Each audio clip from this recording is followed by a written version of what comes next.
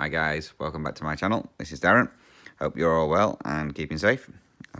So today we're doing a stitch with me, and as you can see, I'm going to be working on London.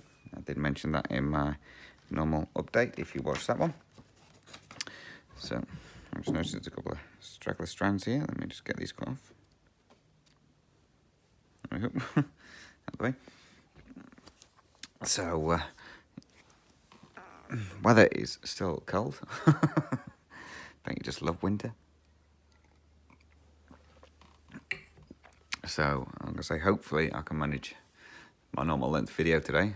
As you know, I'm gonna say I do my stitch with me at the weekend, and if you watch my update video, you'll see that obviously my throat's a bit scratchy from almost losing it. I don't know what happened there. Just woke up one day and it had almost gone. So we'll see how we go. But hopefully, I apologise. The cats have decided to start playing right behind me. So it's the two kittens. So I do apologise if you can hear them. But hopefully they shouldn't affect the video too much. I hope you can see this stitching.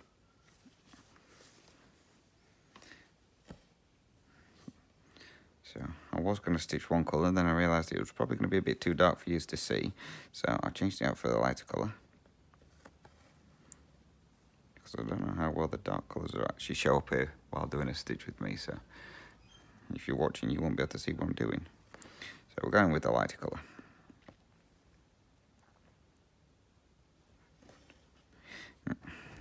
So I have a couple of questions. So I'll go through those in a moment. Also as well, I'm going to put a video in, a small video towards the end of the cockatoos in the neighbour's garden. I couldn't get too close to them, but I got as close as I could. And what they're doing, they're actually nicking the lemons off the lemon tree and then taking them further into the yard and eating them.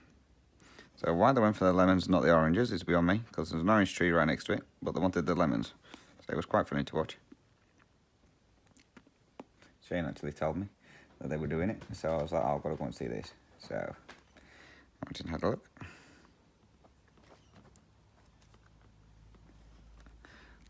If the camera gets knocked, I apologise. I have Ginge stood underneath it at the moment. He's getting away from Kitty, because Kitty decided to chase him.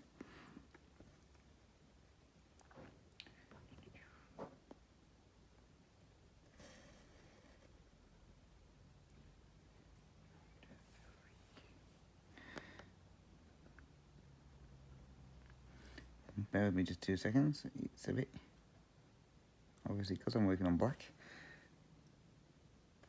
it's a little bit trickier to see the holes.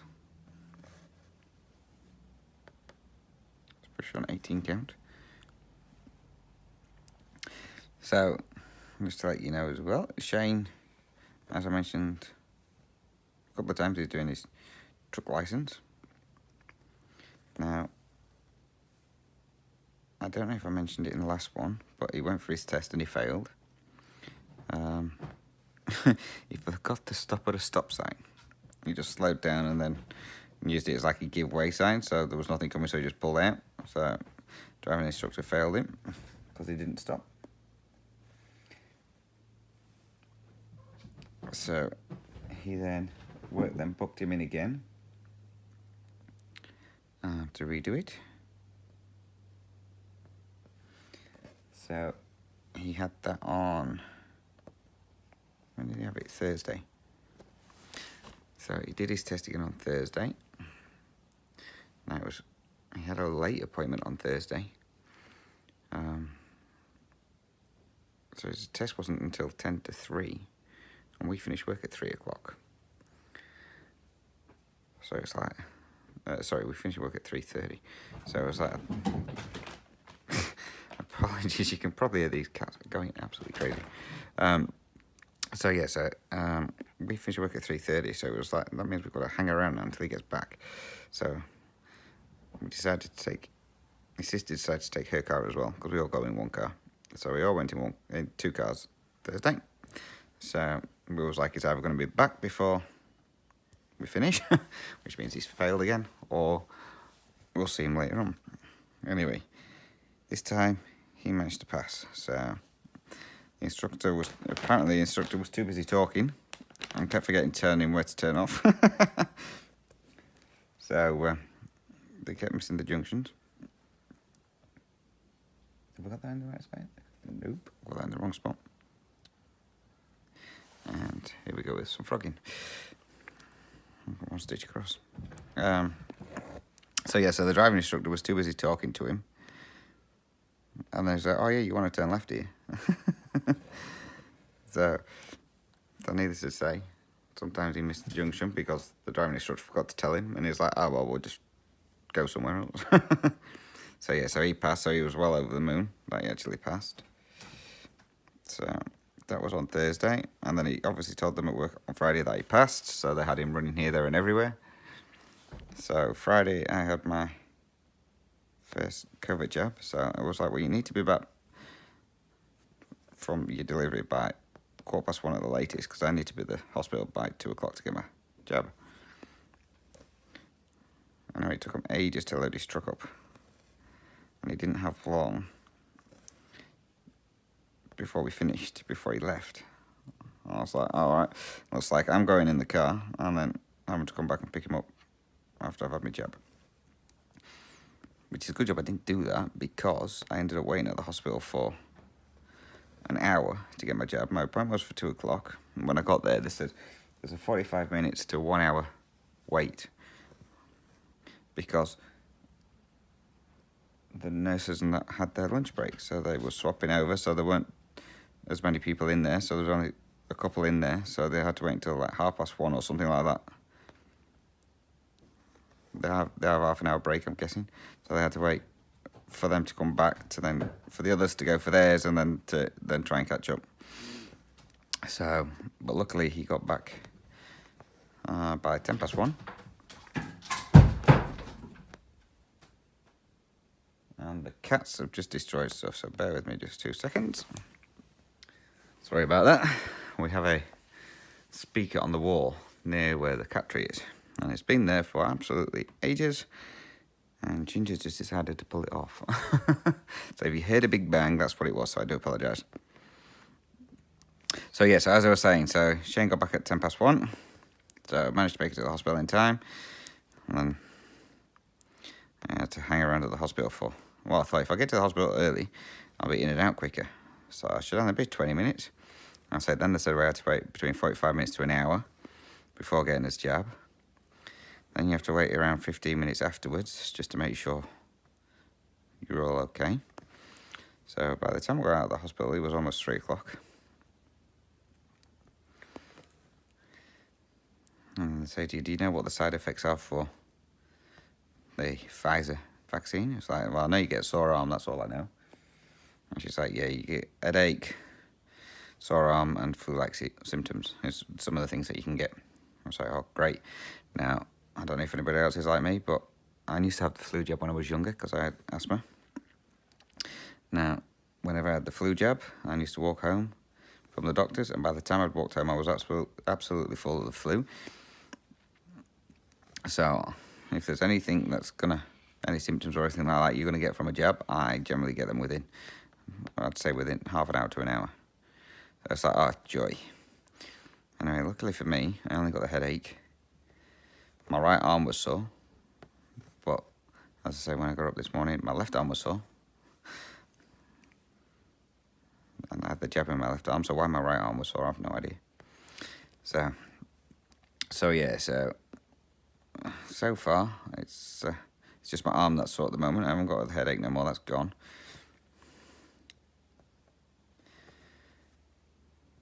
So hopefully the sore arm doesn't last too long. Hopefully by the time I go back to work on Monday.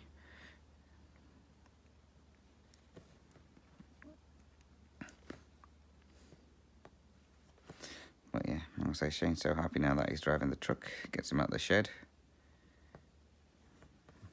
on the road. So hopefully they don't do like what they did with the last driver, which was keep getting him coming at like 5 o'clock in the morning to take a delivery somewhere. Because I do not want to be getting up at 3:30 to go to work. I'm sure his sister will not like that either. So we'll probably have to keep using her car. And then sometimes they send him on a... you send the last one on a run, knowing fair well he wouldn't be back by the time we finished, which will not go down well with his sister either. She's one of these who has to have everything her way. So she would not be happy with that at all. But these things can't be helped. So we'll see how we go. Right, anyway, enough of that blabbering. Let's get into the questions. So hopefully you can... Can't see what I'm doing. Hopefully you can hear me okay. So the first question I've got then is, I apologise if I say your name incorrectly. Celia. How do you decide which projects to work on? 9 out of 10. I used to do the enchanted stitching challenges. Well, I've stopped doing those because everything always seemed to be the same challenges. The same pieces that I worked on. So I've decided not to do that one no more.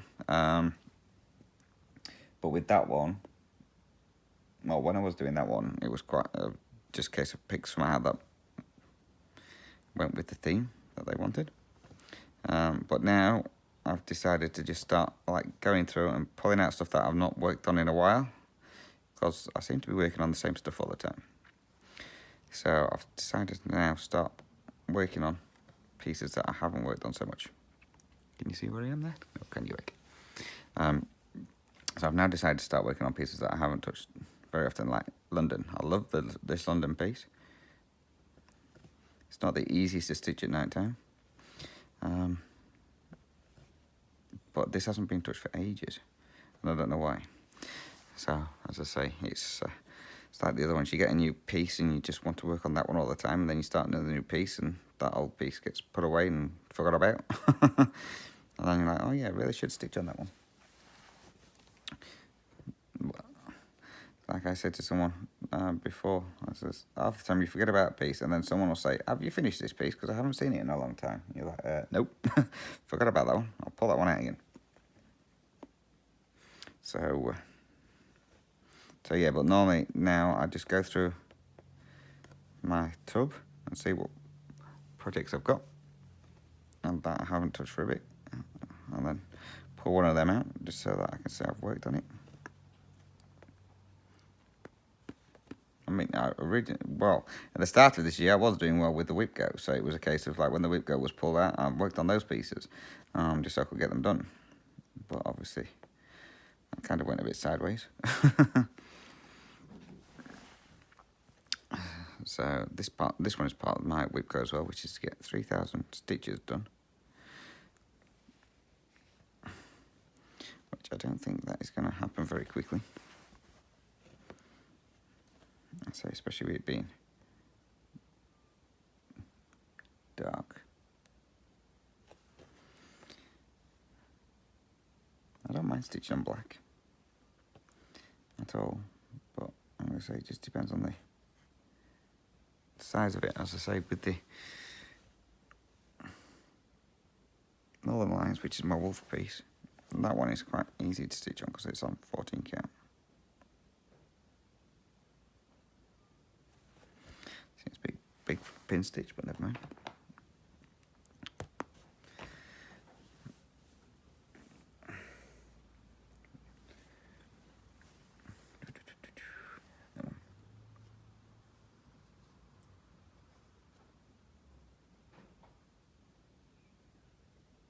So I'm just trying to get a piece of thread.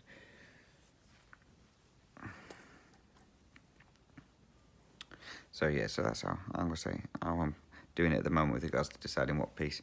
But unless someone obviously gives me a challenge, then obviously that piece is gonna get worked on more. I like the dolphin, and now I say I've got the new challenge for the tiger. Well, the big cat's piece, should I say.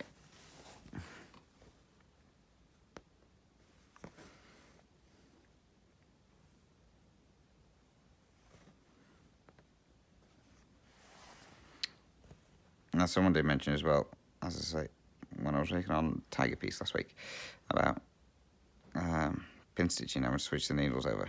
And I was like, well, why don't you just keep the needle handy and then just paste the fabric with the sharp one, and then you can pin stitch with your ball tip one.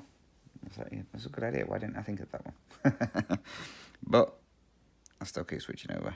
That's obviously what you're used to, isn't it? So, right, next question.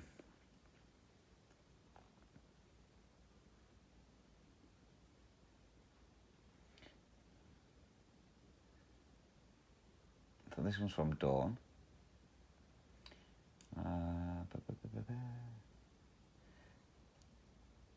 So, first question, where does everyone put their projects when they're working on multiples? So do you have them all lined up on the floor next to you, where you sit, or are they in a basket, or what? She's trying to figure out a way of sorting those out. So all mine go in a... Well, the ones I'm working on for the week, I pull out and leave at the side of me, at the side of the chair. When they're not working on them, I have a big plastic container, one of the ones with wheels on it, and they all go in there. So again, that's at the side of me anyway, so I've got all my projects where I am, but that's where mine are all kept. So they're all kept in a big plastic container, mainly so that they're out of the way of the cats, just to be on the safe side.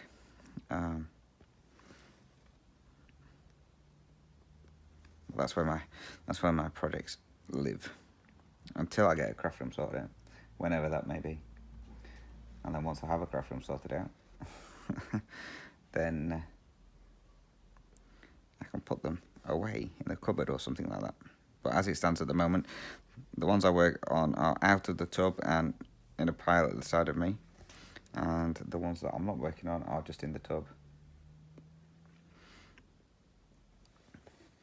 ready. So that's how I keep my projects. So, question 2. Right, so she's asking for advice here. Now, this is what I know of it anyway. So she purchased a piece of linen for a future project. A lady at the shop said it has the manufacturer's crease in it. How would I get this out? I'm not sure how hot I could put the iron. Do I need to use press cloth? Would I use steam or dry iron? So with me, this is how I would do it. Sorry, again, you can't see what I'm stitching. So I always put my fabric in between a towel. So I have a towel underneath and then a towel on top, just to protect the fabric itself. And then I use a iron set to... I set it on the highest actually. So I just set it on the highest setting. And I also use the steam function. So, but I'm gonna say it just depends how you want to do it. But I personally would just do it out. I do all my projects, so just a piece of towel underneath, then the fabric, and then towel on top, and then just iron it. I mean, try it without the steam first, and then try it with steam if it's still not getting it out. But I would just do that. But if anybody else has got any other suggestions, then please feel free to drop that down below so Dawn can see them. Like I say, I haven't really got much linen. I've only got like 2 pieces of linen, 3 pieces of linen now, tell I. So I've not actually worked that much with it, so I've not actually ironed linen as yet, but that is how I would do it. Or even maybe just put your iron on a linen setting if you've got the linen setting. But again, I would still protect it just to be on the safe side, because obviously you don't want to burn it or anything like that.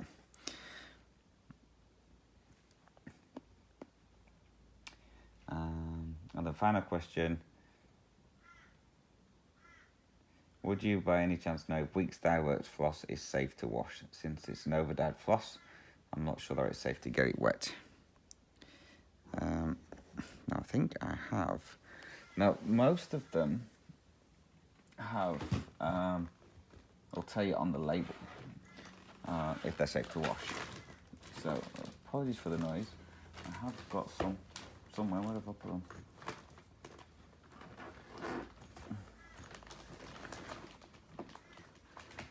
always the case when you want something, you can never find it. Here it is. And again, apologies for the cats running bright. I think it's brakes I've got.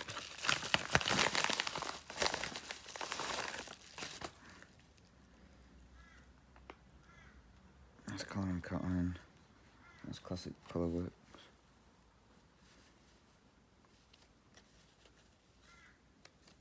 Weeks. There we go. You have some weeks in here. So it does say on the labels that they are colour fast. I know, it just depends. So I would check on the back of the label.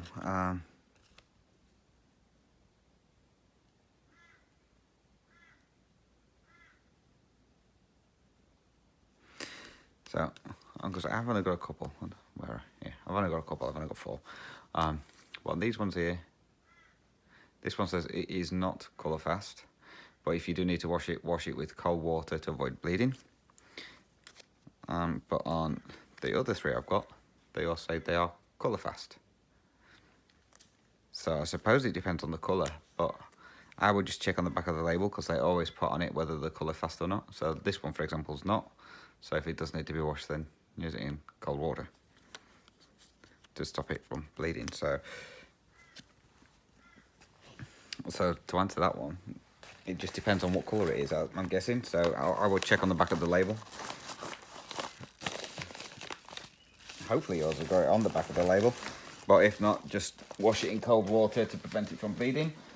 You can also get, sorry, just dropped some stuff on the floor. You can also get some kind of dye catcher. So if you are washing stuff, I know it uses it for the washing machine, but I think it will work as well in like the sink or something like that. And it's like a piece of fabric. Well, it's like it's a bit like a tissue kind of thing, really. And you put it in with whatever you're washing, and it catches any runs. So if any colours do bleed, then it'll catch it also. It doesn't go into the other ones. I can't remember what they're called now. I think they're called dye catchers or something like that. You get them for like when you're washing clothes, putting it in the washing machine. So if you've like got reds or something like that, so you can put reds and whites together, and then if any red's going to bleed, it catches it all instead of it going into your other colours. So you can always get them as well. I can't remember what they're called, but it's just like a bit like a dryer sheet, I think, and you just put it in and it just catches any bleeding of any colours. Well, they're apparently meant to be really, really good. So I hope that answered your questions, Don.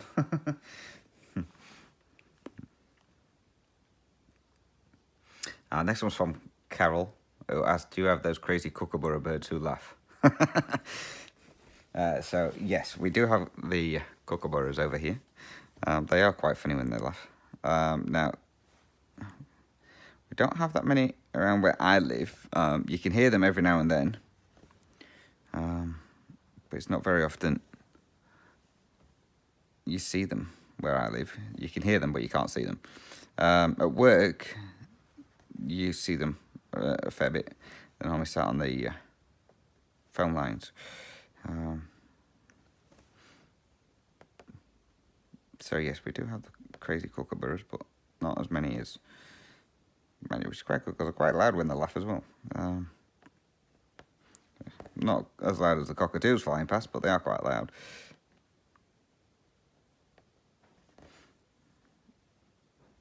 So yeah, so we don't have that many kookaburras around where I am.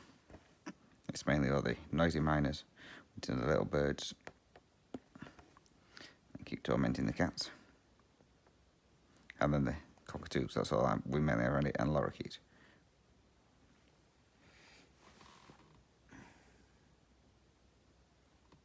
So, next question.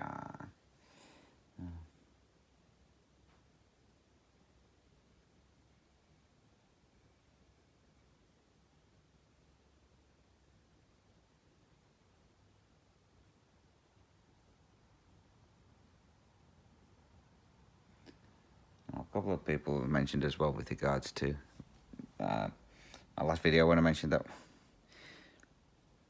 people who create YouTube channels will now get taxed for Americans watching their channels, saying how ridiculous it is, which I completely agree. And then they said like other countries should do the same, and then tax Americans for watching like other countries' YouTube channels. But somebody did ask me as well if it was them getting taxed or me getting taxed. So I don't know if I made it. Obviously, I may excuse me, I may not have made it very clear. So it's me who gets taxed. So any earnings that I earn from people in America watching my videos. So if I earn, say, $10 from Americans watching my video, then I will get up to 24% of that money taken off me for tax reasons for America. So I don't know why they've started doing this. So yeah, so yous don't get taxed, it's the YouTuber who gets taxed. But if you're outside the US, I don't know how it works for those in the US. But if you're outside the US, then yeah, we get taxed so much. If you're in certain countries, then you may not have to pay tax, or you'll get a reduced tax rate. So, for example, I would get taxed 5% instead of the 24%.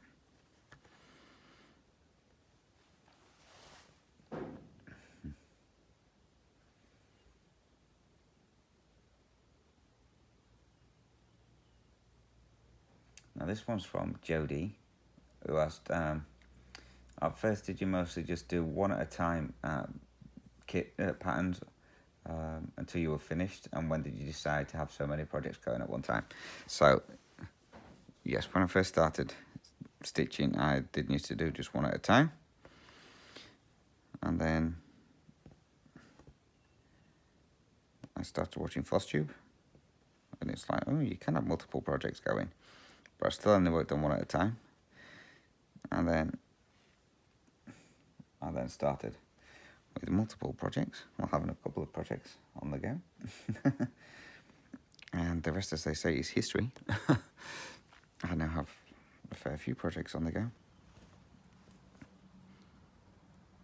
But to be fair, having multiple projects on the go, I like, because it stops you being burnt out on the same project. Because sometimes you work on the same project day in, day out, and you can get a little bit tedious. And you kind of pick it up and think, oh, I can't be bothered working on this piece today. So you don't get as much stitching done as you wanted to. So I find that you kind of get a bit more burnt out working on the same project all the time. I mean, I have done. My Mini Deer Creek, that one I used to work on, because that one was for my brother for Christmas. That one I used to work on whenever I had the opportunity to. I always worked on that one. So that was like my main project piece for the year, last year. So it always used to get work done at the weekends. And then if I had any spare stitchy time after doing my other pieces, I would pull that one out and do some more work on that one. But yeah, I'm gonna say I was glad when that one was done, because I think I worked on it too much, or too many days a week. So I couldn't go back to being a monogamous stitcher. If I did, I don't think I'd get hardly any stuff done. Maybe in the first week or so, but then after a couple of weeks I'd be like, nah, I wouldn't be bothered with working on it. And then I'd just go away and stay there for a while, and then pull it back out when I felt like stitching. So I prefer to have multiple projects on the go.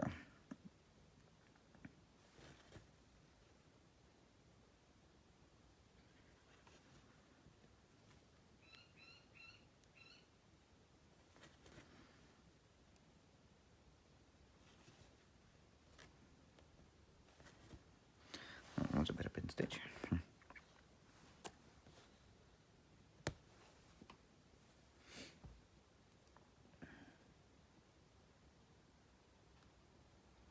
So she also says that she's thinking about jumping on the bandwagon as well and having multiple projects. So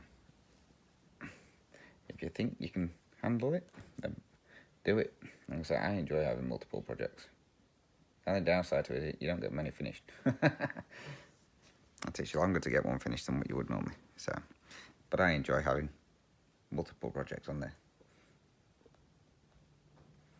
And that is all the questions I've got for this week. I thought I had more, but obviously not.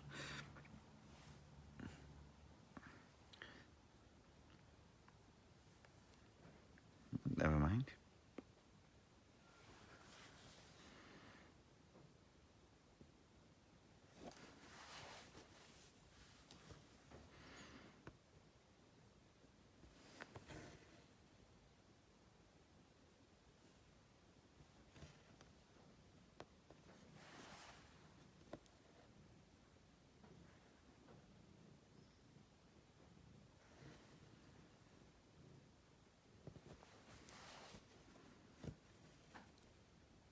Yeah.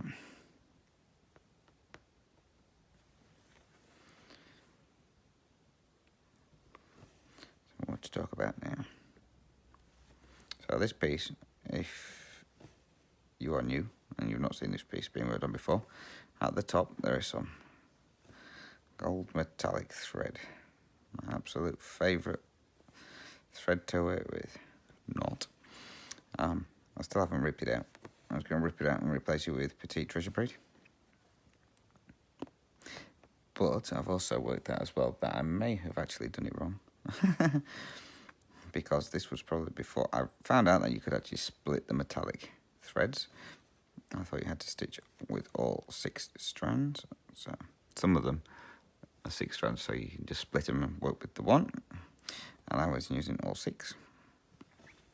So I still need to rip it out and replace it with either the petite treasure braid which I bought, or see what it's like with just the 1 strand. So we will. Still got that to do as well. I've still got to finish doing the back stitching up there as well on the top half. But I'm going to try and get the whole of this bottom part done first before I do the back stitching. But with the Thea Governor ones, it's not easy to understand with regards to the back stitching. So you can see the back stitching lines, that's not a problem. But they have, let's see if I can show you without actually showing you mind you, you're not going to be able to see the whole pattern anyway. Let me see if I've got one. So this is all nicely coloured in. This is from the top part. So like here, it tells you the colour that you need, but I've no idea what this means. So does it mean it wants me to use 4 strands for the back stitching?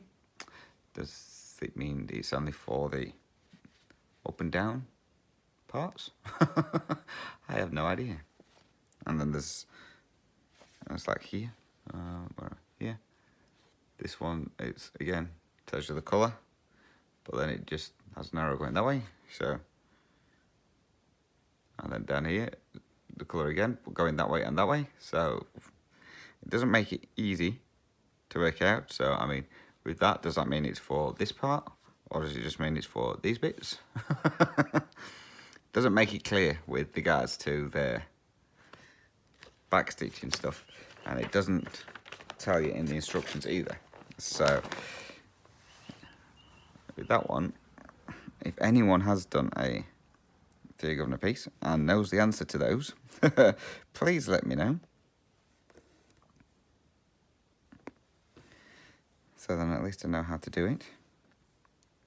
Because, like I say, I've never seen backstitching described like that before.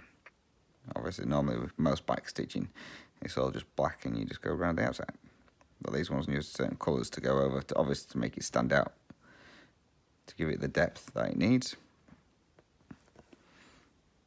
So if anyone does know on that one, please feel free to let me know. That's the main reason I haven't done that. I mean, I could, I suppose, just contact them and ask them what it means. But sometimes they're not the quickest to reply. When I was trying to find this kit, it took them, I asked them where I could get it from, and it took them about 3 weeks to get back to me. So yeah, so if anyone does know, please let me know.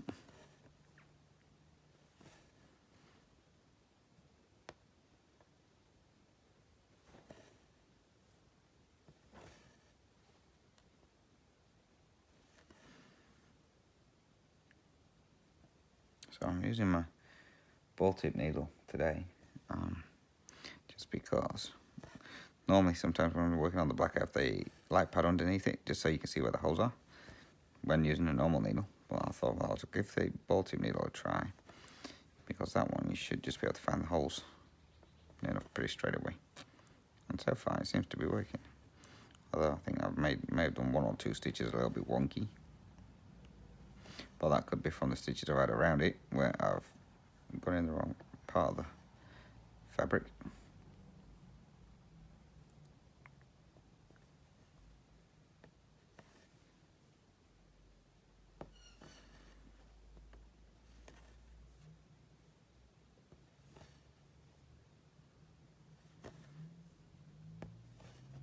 Oops.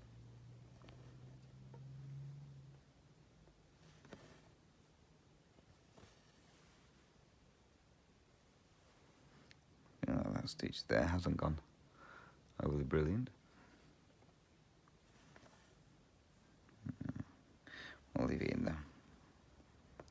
Got to have at least one odd stitch in your patterns, don't you, when you've done them?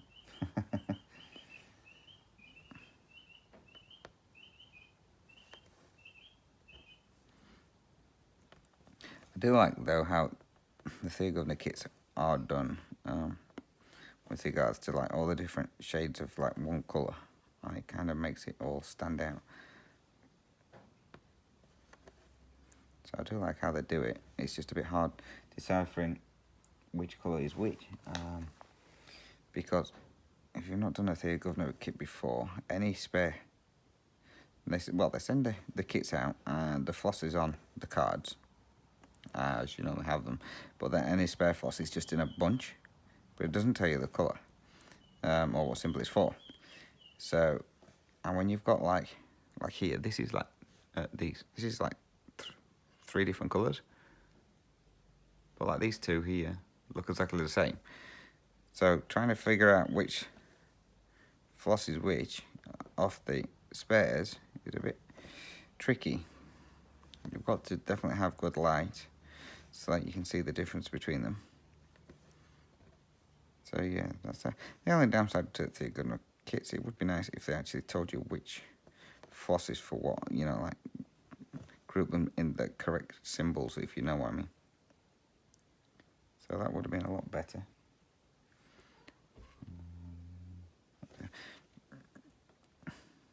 But I do like how they turn out. I'm going to say this one, if you watch Ginger Gerald, he's doing this one. He's a lot further on than I am. He's the reason I got this one, because I saw him doing it and I was like, that looks awesome. I really like that one. But I'd also seen as well, there's another one which has got like the Statue of Liberty on it, and that was on one of the Facebook pages I was on, and that one looked amazing as well. But there's a couple of the city ones, there's Athens and stuff like that, and they all look really, really good as well. So I do want to get them at some point. But the kits are not cheap, and then you've got to try and source them as well. Now I'm going to say you can find them on eBay, but the pictures on eBay, some of them have got more buildings in than what is actually on the normal picture for it. So you're like, well, is this a genuine one or is it a knockoff one? Or it's a bit hard to tell. So, and then some of them are cheaper than others, and some of them are really expensive. So it's like, but we'll see. I think the next one I want to get is I think it's Athens one, and it's got all the Colosseum and stuff like that in it. That one looks really, really good. But then again, it's again deciding whether to do them on the black or on the white. On the white would obviously be easy to see the holes, but I think the black makes them stand out that little bit better. Because obviously, like with this one, if I did this on white, because obviously all these are pale and stuff like that, on the outside of the buildings, to me, I think it would just blend in too much. So you wouldn't know where the fabric ended and your project started. But there are some really, really nice cities or whatever towns that she's done. So I will get a couple more of those at some point. Maybe in about another 3 years when I finish this one. 3 years, listen to me. I don't think I'm going to go really mad on this one. Let's say 10 years. That sounds more realistic.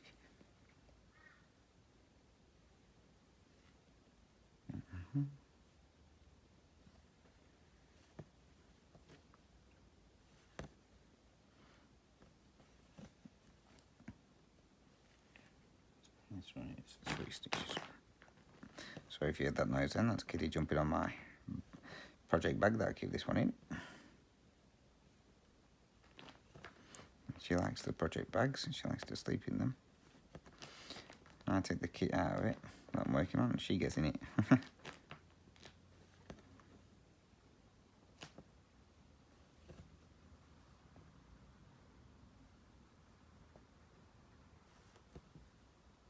Yeah, no, I was not in the right spot.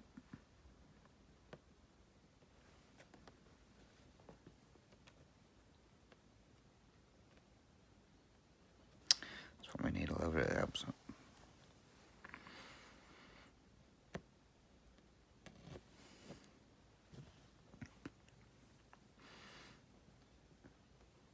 But yeah, Kitty really likes to get in the project bags. She doesn't play with the floss or anything like that, she just likes to get in the bags. I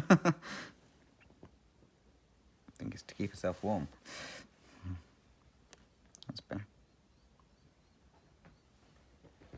At the moment she's trying to get in between the cushions on the sofa. I don't know why. She just is. She's having a crazy.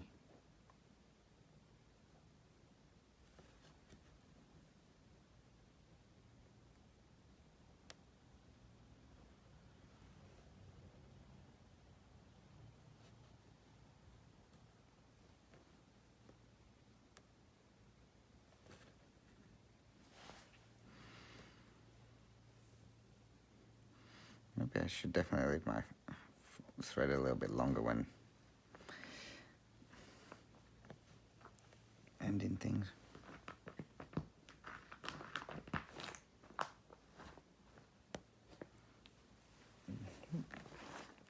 You can't get in there, Kitty.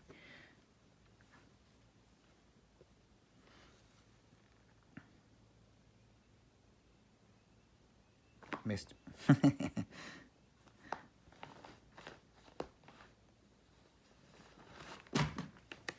And there goes my project bag on the floor.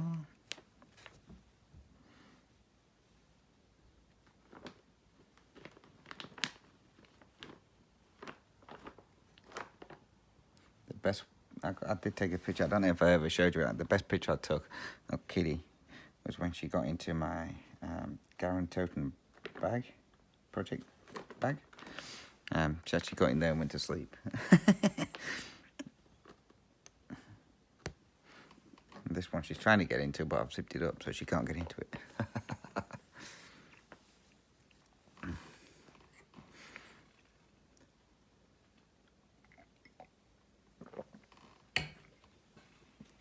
Right. So I'm going to actually leave this here today, guys, because my throat is a bit sore. So it's going to be hard to continue talking. So I'm going to leave that here. So I didn't do too bad. I filled in this bit, and this bit, and this bit. So in there, maybe what, about 100, 150 stitches? Something like that. Probably less. So I'm going to leave it there. So obviously this will get some more work on it anyway this week because it's part of one of my main projects. So again, if you've got any questions or comments, then please feel free to drop those down below.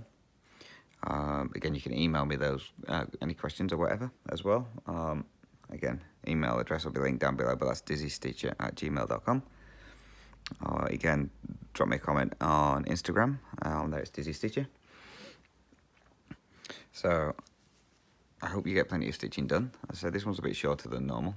I don't know by how much, because obviously I had to stop it first. So I think it's probably about 43, 45 minutes, so not too much shorter.